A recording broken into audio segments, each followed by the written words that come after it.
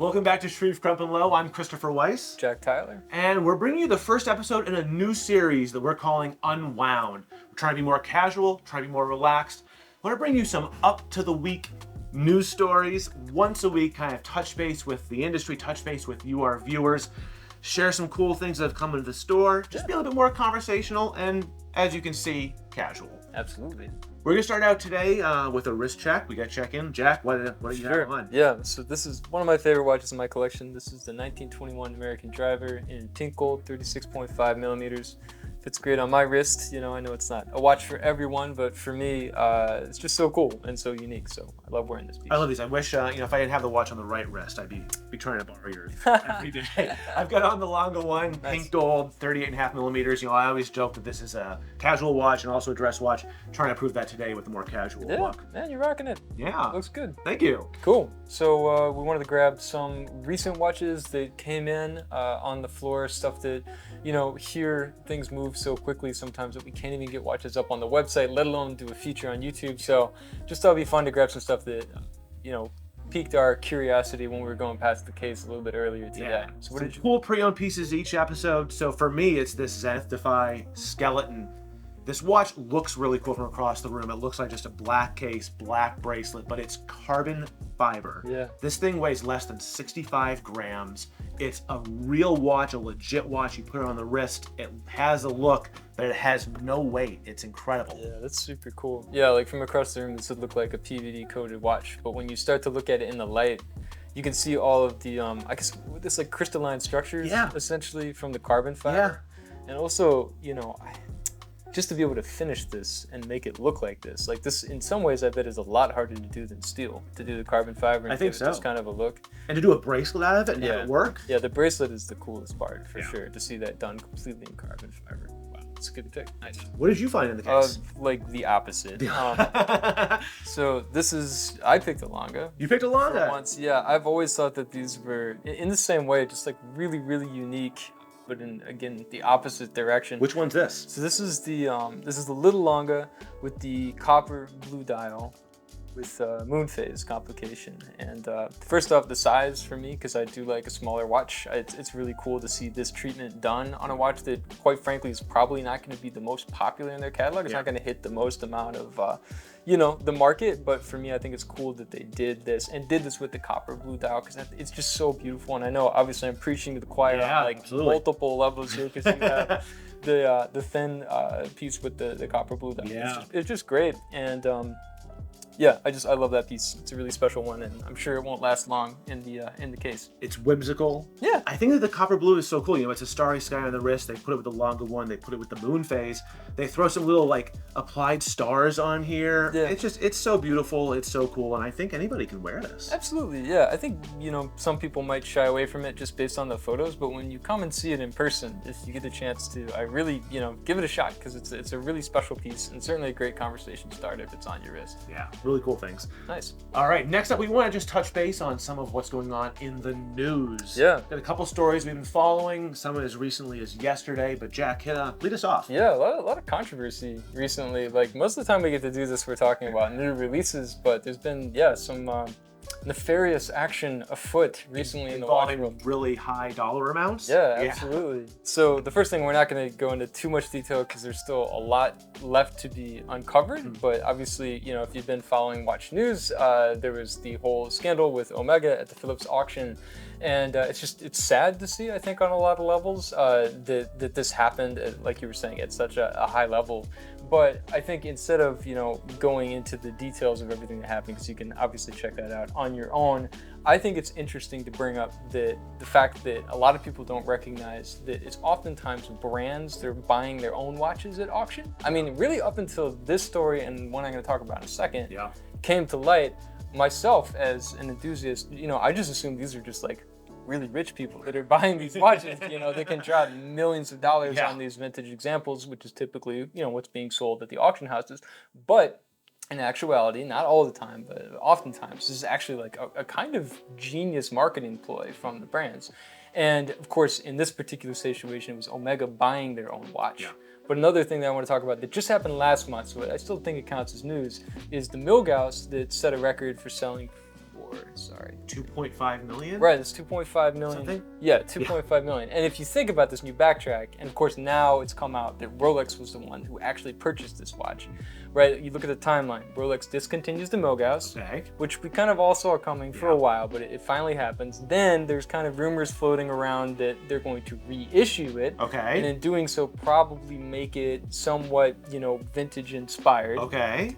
And then this watch comes up for auction, and everybody who probably wasn't paying attention to Milgaus's at the auction level, Attention now. right? They're paying attention now. They saw this incredibly high price. I mean, this is way above anybody's prediction. Nobody on the planet would have ever guessed that this thing would go for $2.5 million, and it was Rolex that bought it. And even though we know that, we're still talking about it. We're still talking about it, doing So videos about what would be the next logical step?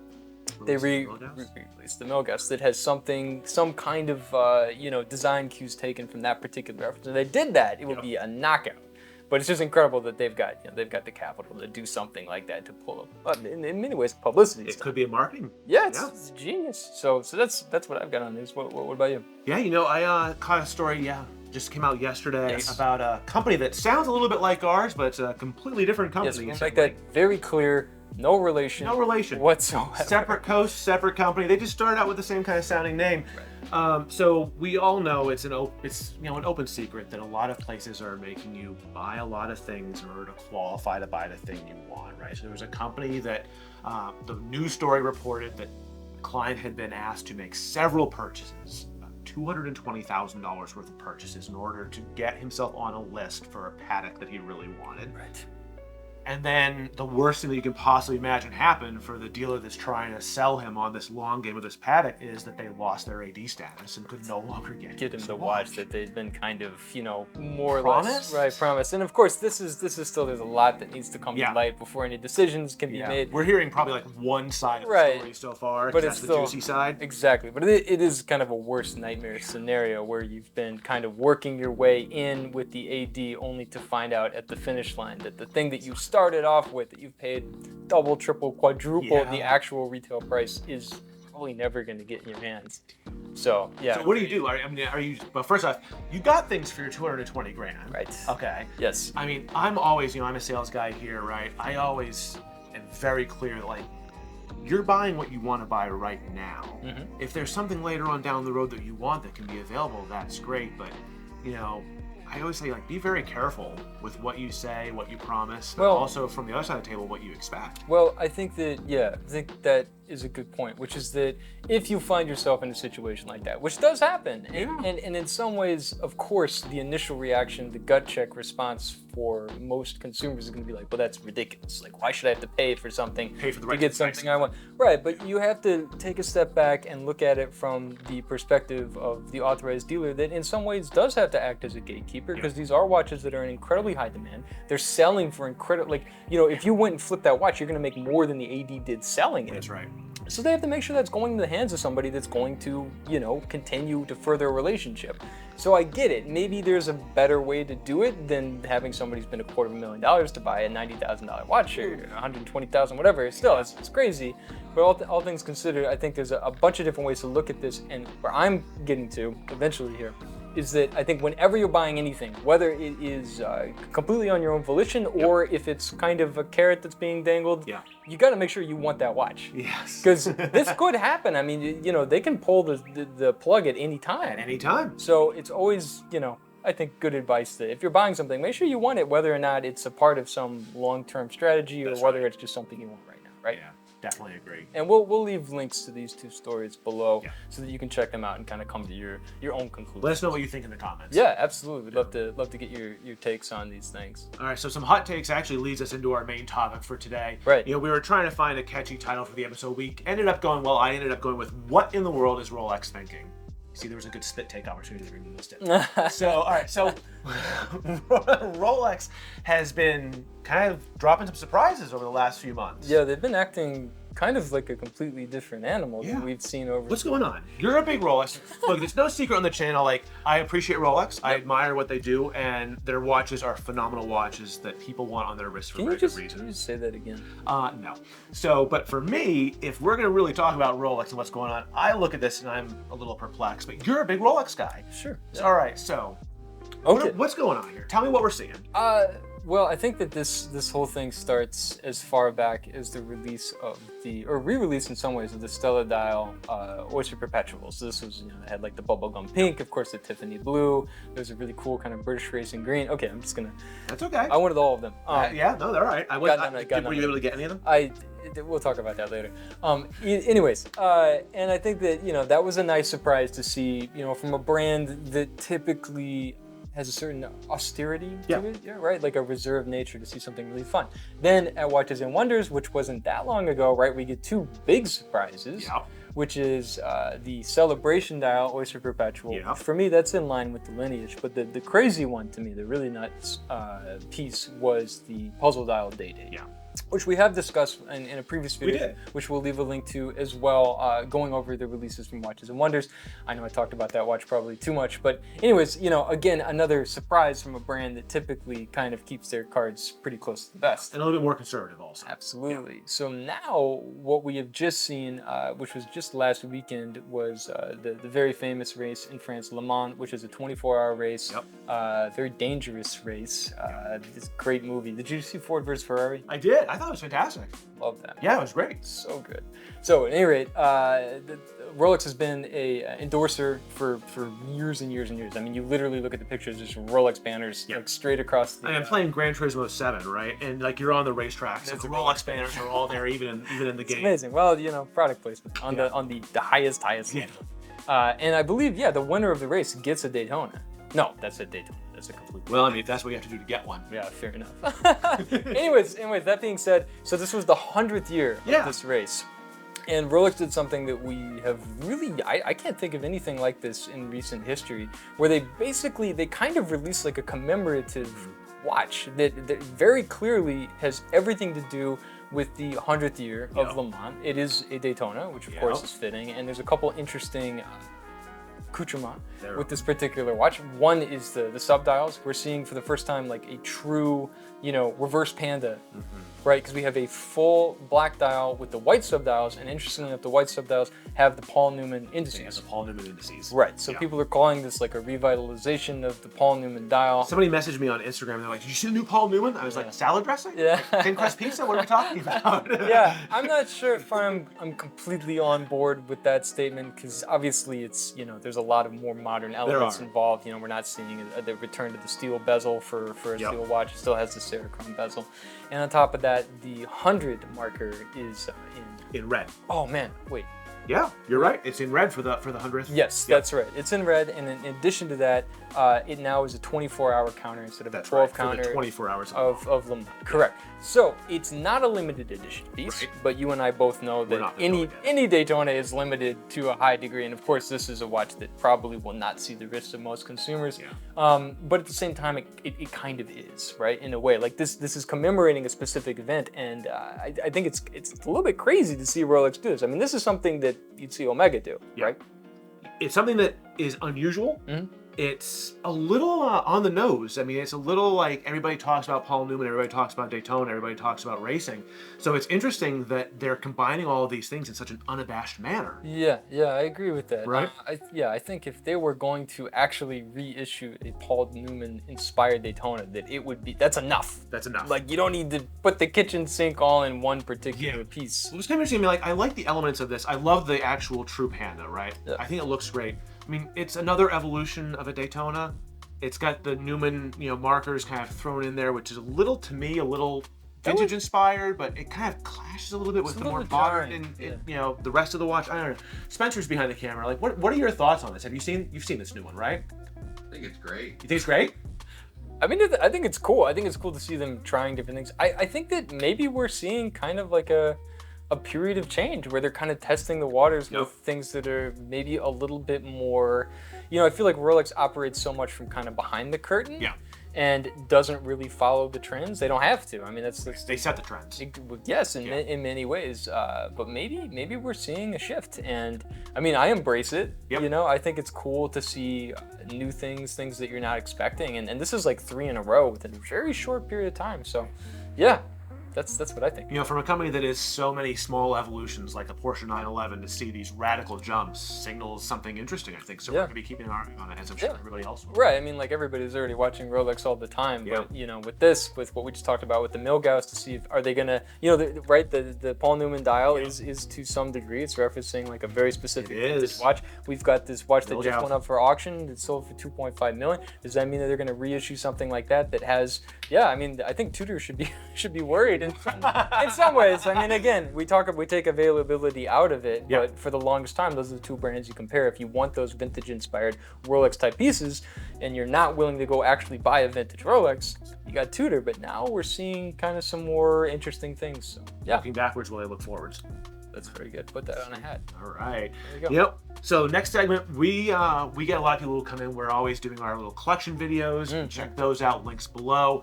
And we're asked all the time to meet with new people. What would you recommend? Would you recommend this for your friend? Would you recommend this for so-and-so? So we thought it'd be a fun twist each week to give a recommendation for a client that's a fictional character. So I don't know. I think that this could be fun, right? So this week we both picked watches, and this literally is what would Spider-Man? Yeah. So Spider-Man comes in the Shreve Crump-and-Low.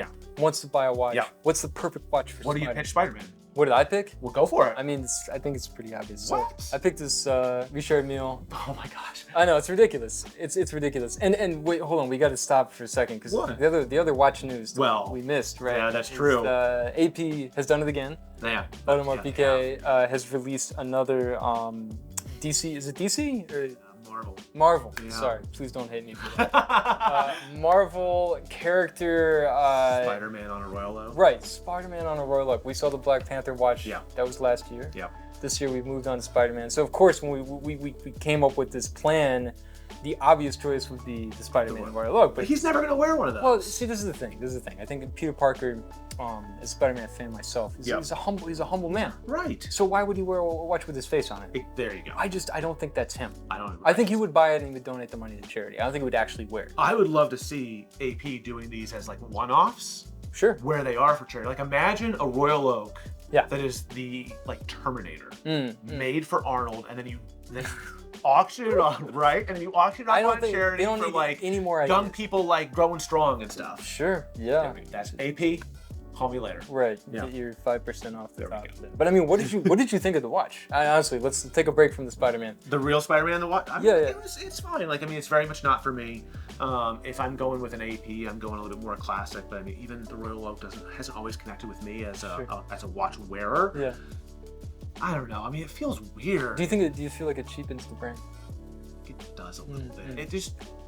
I like that we're getting crossovers. I like attempts to kind of bring in new, fresh collectors. But you know how many people are out there who are big Spider-Man fans? Who are like, you know what? I'm finally gonna drop all this money on a watch. I'm gonna go with AP for this one, and they won't be able to get it anyway. Right. So I'm not quite sure who the audience is for that and what it's really meant for. It's a little confusing. But you know what I think is funny is we're sitting here and we're talking about this crazy $250,000. Oh, is it that much? Yeah, it's like $250,000, Jeez right? Louise. Something like that. Expensive. I think it's more than that. More than that? Apparently, it's more than that. Well, there were two different versions. There's like a blacked out one, and there's one that's like the classic red and blue. Wow. And the blacked out one is way more. Wow. Yeah, and they had a special only watch edition. That's the one. That's the blacked out one. So it is for charity. So that's Oh, okay. All right. Well, that's great. Kudos. To Great AP. job. Nice. But that being said, I think it's funny that we're having this conversation about a watch that literally has a comic book character engraved on it for that kind of money. Yeah. And in some ways, the Daytona, right, the 100th anniversary of Le Mans,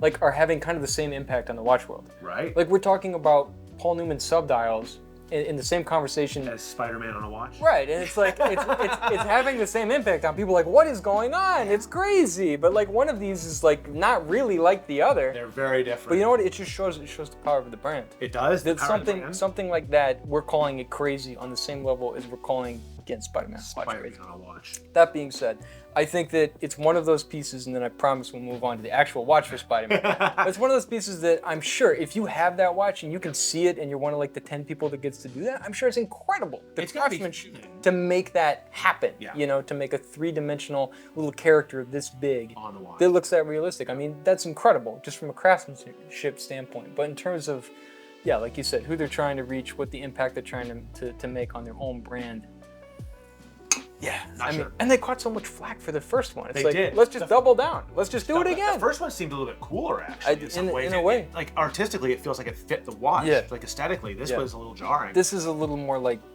buy this at the like the gift shop at Disney World. Yeah. What would you rather have, the Spider-Man AP Royal Oak or Spider-Man issue #1?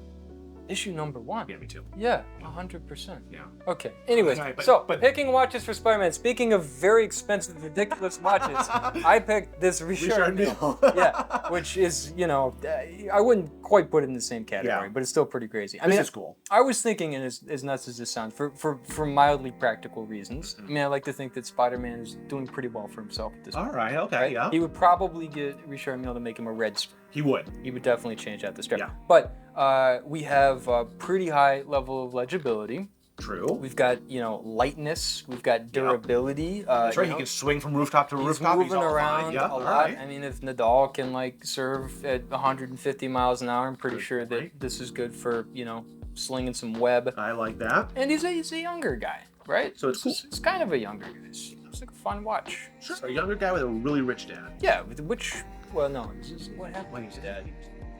Spencer, help us out. I'm more of an X-Men fan. What's Sorry. He lived with his uncle and aunt. Uncle and aunt. That's what it was. Yeah, maybe they hit it big. Anyway, so that's my pick. That's my pick for Spider-Man. I went the total opposite direction for Yeah, you Spider-Man. I did. kind of went more Peter Parker, right? I was like, young guy. Oh, so we did like the alter egos. We did the alter egos. We did not plan this ahead of time, right? amazing. Young guy, smart, a little bit more reserved. I thought Nomos Club Canvas, right? Okay. College budget, Yeah. discreet. Sure. It's mechanically cool, right? With Nomos's in-house movements. Yeah. Gray dial, but the numerals are outlined in red. Spider-Man's costume. Oh, there you go. Right? It's very subtle. Also, we've got a California dial, so we've got the Arabic numerals and the Roman numerals. We got a little bit of a duality there for Peter Parker Spider-Man. Oh my goodness. Wow. I gave you some thought, my friend. Yeah, you did. Nice. I think he'd wear the Nomos. Yeah, that makes sense. I think he did both. He probably would. What a crazy two-watch collection. This would be like, these are the two watches that you own, but it kind of makes sense. Kind of works. All right, there you go. There we go. There's episode 1 Episode of one. Unwound. Let us know what you think. We're open to feedback. This is Please. a work in progress. We're Nice really things glad that only, you joined though. us. We have very, very fragile egos. No, only I do. You're Okay. good to go. Thank you. Once again, I'm Christopher Weiss, Jack Tyler. coming from Street Front Below. Give us a like, give us a subscribe, and if you're in Boston, come and visit us on Newbury Street. Sounds good. All right, have a great one.